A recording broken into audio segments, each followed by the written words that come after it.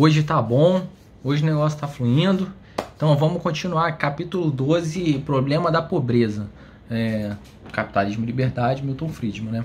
Ele vai reconhecer o extraordinário crescimento econômico dos países ocidentais nos últimos séculos e que houve, como consequência, uma distribuição de benefícios das empresas privadas que contribuíram para reduzir enormemente a extensão da pobreza, no seu sentido absoluto, nos países capitalistas ocidentais, né? E aí ele vai colocar que, em parte, a pobreza é relativa, né? Porque mesmo em alguns países desses ocidentais, tem pessoas que vão viver em condições que nós denominamos pobreza.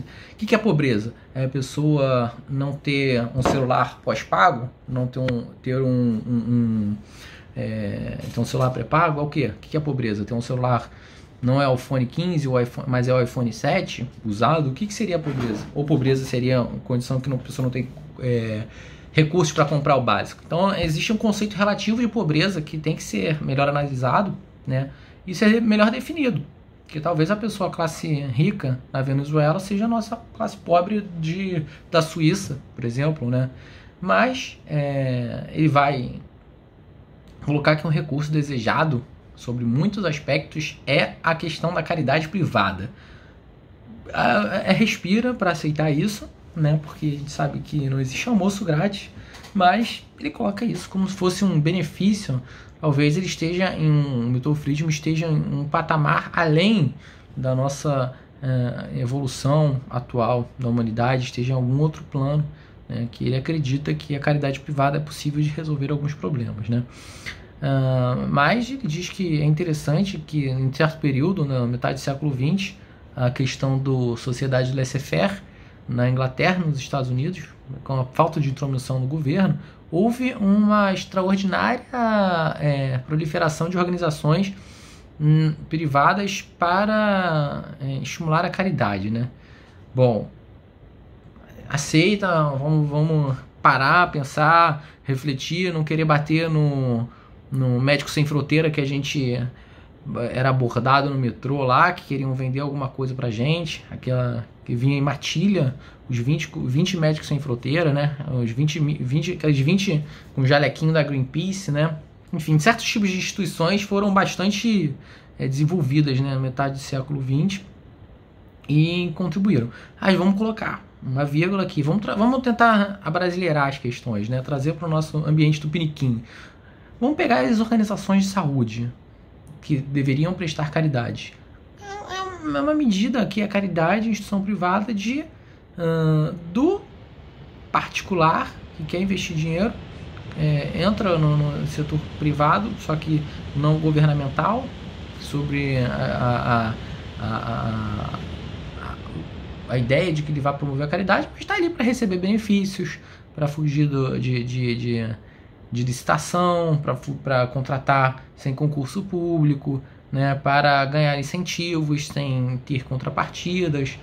Enfim, algumas questões de caridade que no Brasil não funcionam muito bem. Lógico que existem instituições muito bem direcionadas. Basicamente são as pequenas instituições, as médias, ou instituições que não são nem registradas. Tantas pessoas que a gente vê aí tentando fazer alguma caridade na rua, alguma campanha para levar cobertores, enfim, campanhas privadas. Essas pessoas realmente são sérias, mas quando isso começa a ser institucionalizado, a gente começa a ter certas dúvidas sobre a aplicação do dinheiro. Porra, Criança Esperança, pelo amor de Deus, Mamãe Globo aí querendo fazer caridade por quê, né? Por quê? Aí tem, né?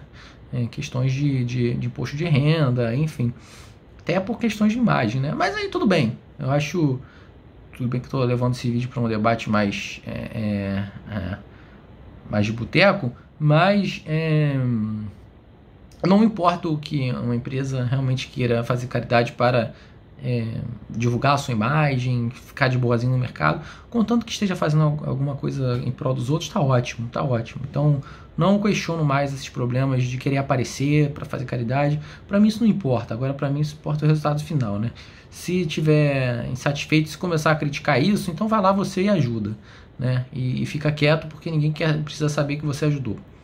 Enfim, eu tenho essas questões muito na cabeça. Enfim, Voltando para a caridade privada, que isso foi muito incentivado na metade do século XX e foi muito benéfico, né? E apesar disso, pode-se levantar a questão, como eu estou levantando agora, se a caridade privada seria insuficiente porque os seus benefícios se estendem a pessoas não envolvidas, né? Como se fosse aquele efeito vizinhança.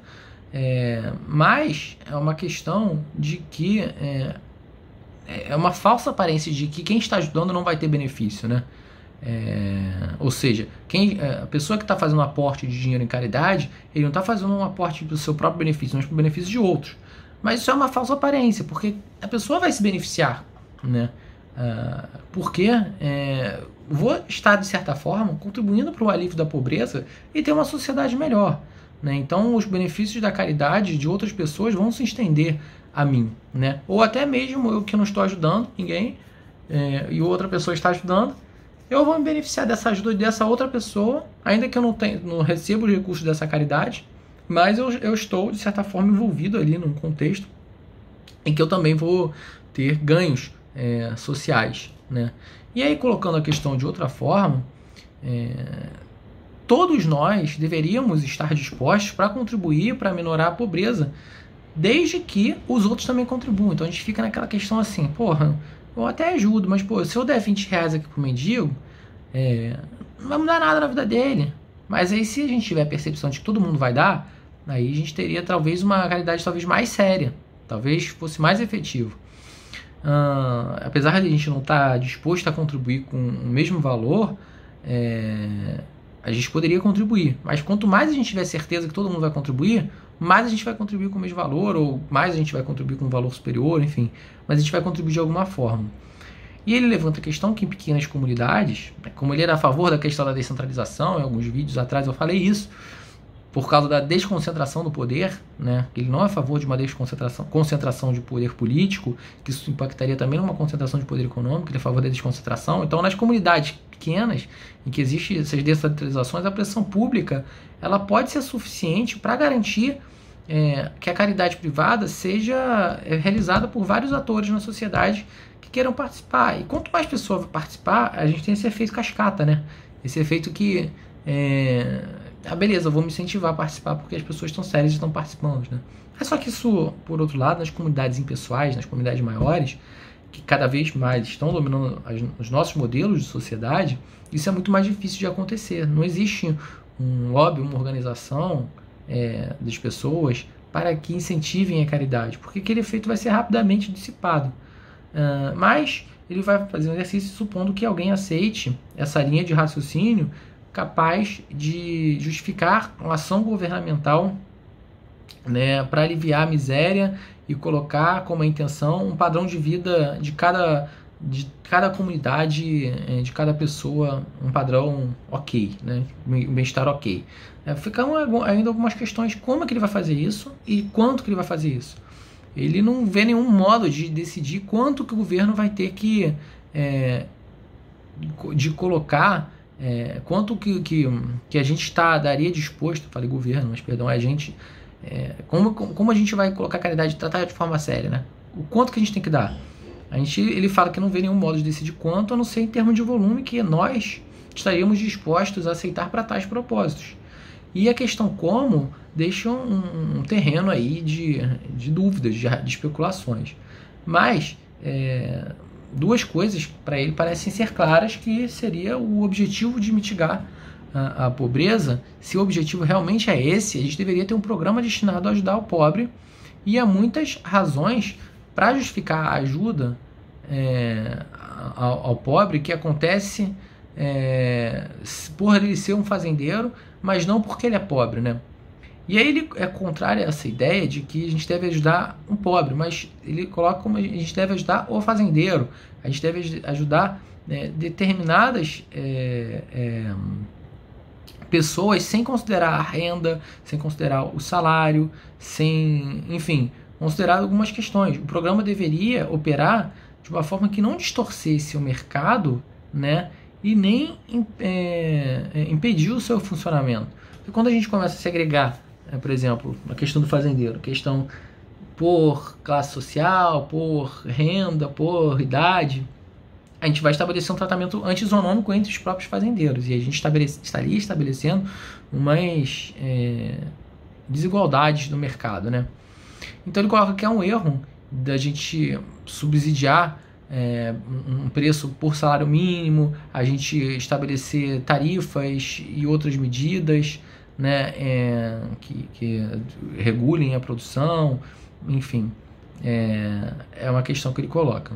Vê que ele vai da caridade ao subsídio, mas essa questão que ele levanta e coloca um programa mais recomendável se quiser ajudar os pobres, se o governo quer se meter, né, que faça isso por imposto de renda negativo. Que ele coloca um procedimento que mais recomendável seria essa questão do imposto de renda negativo. E ele coloca que atualmente, na década de 60, tinha um programa de isenção de $600 por pessoa em termos de imposto de renda federal. E a sugestão dele é que, por exemplo, a pessoa ganhasse $500, ou seja, $100 abaixo da taxa de isenção, ele conseguiria um subsídio aí, um imposto de renda negativo de 50% desses $100, dessa diferença do que falta. Então ele ganharia $50 para tentar se aproximar dessa renda mínima, né? Mas enfim, ele coloca que esse programa é muito vantajoso e as vantagens, elas são claras, né? E podem substituir um grande número de medidas atualmente existentes, porque ela explicita o custo que vai impor à sociedade, vai existir um custo pré-determinado, vai operar fora do mercado, ou seja, não vai estar atuando com uma política de regulação de preço, pelo contrário, vai poder estar incentivando isso, porque você está injetando esse dinheiro para a pessoa, aumentando a disponibilidade de renda dela, e como qualquer outra medida para mitigar a pobreza, vai reduzir o incentivo para que os ajudados se autoajudem, né? Mas isso não vai eliminar, lógico, inteiramente, como faria um sistema de suplementação de rendas até um mínimo estabelecido. Então, $1 ganho aqui significa mais dinheiro disponível para gastar. Então, isso é benéfico. E sem dúvida haveria, lógico, problemas de administração disso. Ele coloca que ele reconhece isso, mas que esses problemas de administração eles seriam de uma monta mais desprezível em relação ao benefício que deveria ser auferido com esse tipo de programa, né? E coloca que o sistema do imposto atual, e a gente sempre fala, imposto atual de 1960, cobre o grosso dos recipientes da renda. Eu não entendi muito bem o que ele diz quando ele falou de recipientes da renda, e fala que a necessidade de cobrir todos teria como produto secundário aqui um melhoramento da operação do atual de imposto de renda. Então, mais importante, se colocado em vigor o imposto de renda negativo como substituto de medidas destinadas a atendimento desse fim de redução de pobreza, a carga administrativa aqui total seria diminuída. E aí ele coloca que alguns cálculos que ele fez lá tornariam esse sistema bem menos caro do que as medidas de intervenção atualmente ineficazes. Ele coloca o exemplo que em 1961 teve um total de $33 bilhões para o pagamento de determinados programas, por exemplo, seguro para velhice, assistência geral, programas habitacionais, aqueles programas que eu citei nos últimos vídeos, de subsídio, de ajuda para crianças dependentes, enfim, pagamento de seguridade social. Se considerar aqui que forem gastados $33 bilhões e considerarmos 57 milhões de unidades consumidores dos Estados Unidos, se a gente colocasse, ao invés de 33 bilhões para esses programas, se a gente colocasse como subsídio, com esse imposto de renda negativo para as famílias mais baixas, para as rendas mais baixas, a gente distribuiria $6 mil para as pessoas com os 10% das pessoas com rendas mais baixas. Então, ao invés de fazer uma porrada de programa doido lá com políticas e custos administrativos gigantescos, a gente simplesmente pega esse dinheiro e bota na mão do pobre, esses programas seriam mais eficazes. Poderiam elevar a renda acima da média, né, e incentivar ainda mais o consumo. Lógico que é doideira, não dá para pensar isso, não dá para conceber o governo parar com todos os programas e dar dinheiro. Isso é de uma teoria, né, que não condiz com a prática, né? E aí ele vai colocar uma desvantagem do imposto de renda negativo, vai falar que a principal desvantagem, né, é com aquelas propagandas, né, de comida. Nossa, a única coisa ruim aqui que acaba, né? A única coisa ruim desse bolo aqui, dessa pizza aqui, é porque ela termina. É uma desvantagem arbitrária que ele atribuiu, porque tem que ter uma desvantagem, né? Para dar credibilidade para a vantagem, né? A desvantagem que ele coloca aqui é que o imposto de renda negativo tem implicações políticas, porque a proposta estabelece um sistema em que vão ser pagos impostos por uns, né, os que vão ganhar acima da renda de isenção, para subvencionar outros, né? E esses outros possivelmente teriam o poder de votos. E aí há o perigo de se estabelecer uma situação que, em vez de um arranjo em que a grande maioria vai votar por impostos que vão incidir sobre ela própria, a fim de ajudar uma minoria necessitada, e aqui leia-se, não é minoria necessitada, né? Seria uma maioria. Né? A gente pode vir a ter um imposto em que uma maioria impõe impostos para o seu próprio benefício a uma minoria contrariada. Em vez da gente beneficiar a minoria que iria ganhar esse imposto de renda negativo, a gente beneficia a maioria, né? E dilui, né, o benefício pela essa maioria. Né? Então, pelo fato da proposta tornar tal processo explícito, talvez por causa dessa questão eleitoral, existe um perigo maior do que nessa questão do imposto de renda negativo do que em outras medidas intervencionistas. E ele não vê nenhuma solução para o problema, a não ser que a gente confie na boa vontade do eleitorado, né? De votar sempre em uma proposta que vai beneficiar os mais pobres e não os mais ricos, né? Ou seja, que atualmente no ambiente cético a gente duvida muito em determinados benefícios. E ele finaliza falando sobre questões relacionadas genericamente a liberalismo versus o igualitarismo, né? E aí talvez seja uma questão que seja para ele amarrar todo o raciocínio dele no que diz respeito à contrariedade dele em medidas de bem-estar social, por exemplo. Por que ele seria uma justificativa genérica para ele sobre a rejeição, porque ele rechaça determinadas medidas, né? É um grande finale dele, né? Que ele vai falar que a grande essência de uma filosofia liberal seria a crença na dignidade do indivíduo, na sua liberdade de usar o máximo das suas capacidades de acordo com as suas próprias escolhas. E seria sujeito somente à obrigação do limite do próximo, né? A minha liberdade termina quando a sua começa. Então, esse ponto de vista vai implicar uma crença de igualdade dos homens em um sentido. Porque todos teriam as mesmas oportunidades, né, para se chegar a determinada... teria a possibilidade de chegar aos mesmos resultados, né, essa igualdade. Mas teria uma desigualdade em algum outro sentido, porque implicaria questões de preferências, né, aquela questão de preferência. Você prefere trabalhar ou prefere de lazer? Se você prefere trabalhar, tu vai ganhar mais. Se você preferir ter lazer, tu vai ganhar menos. Mas todos os homens vão ter esse mesmo direito à liberdade. E é um direito importante e fundamental porque os homens, eles têm as suas diferenças, têm as suas distinções, e cada um pode fazer o que é liberdade, né, diferente, pode utilizar sua liberdade de forma diferente dos outros. Eu posso gostar de tatuagem, você pode gostar de piercing, né? Eu posso gostar de trabalhar ao ar livre, você pode gostar de trabalhar à frente do computador. Enfim, essa liberdade, ela é intrínseca a cada ser humano. E esse processo vai contribuir mais do que qualquer outro para a cultura geral da sociedade e as melhorias, né, que as pessoas podem proporcionar com essa liberdade, porque cada um vai produzir da melhor forma possível, né, nesse modelo teórico, né?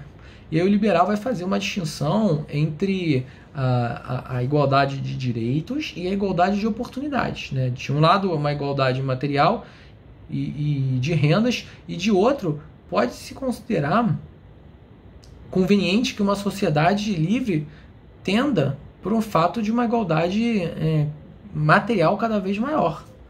E esse fato, como um produto secundário e desejável de uma sociedade livre, não seria a sua justificativa principal, né?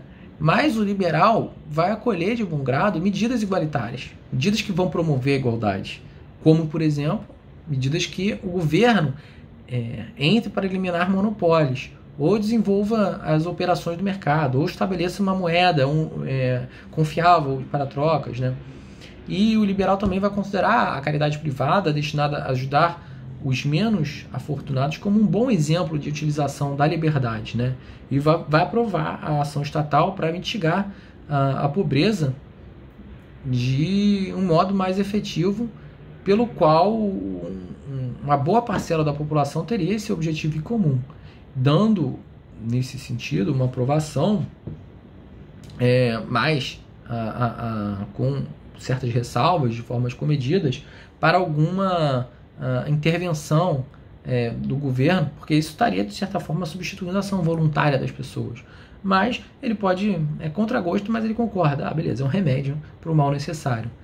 Mas o igualitário ele vai acompanhar o liberal em todos esses casos, mas vai tentar ir mais longe no sentido de que ele vai defender um direito de haver uma redistribuição de renda, tirar os direitos de alguns e dar para os outros, não como meio pelo qual alguns vão poder alcançar seu objetivo próprio, mas por um ideal de justiça desenhado na cabeça dos igualitários, que é muito relativo, né? E aí, nesse ponto, a igualdade vai entrar em conflito com a liberdade, né? Sendo necessário, nesse sentido, escolher. Então, dependendo do nível de igualitarismo que você siga, isso vai interferir na liberdade, porque justamente nessa distribuição de renda, nessa intervenção sobre a sua liberdade, né? Então, existe essa antinomia entre um indivíduo extremo igualitário e um indivíduo liberal. Então, ele termina colocando que são ideias opostas. A pessoa tem que escolher. E qual a sua opção?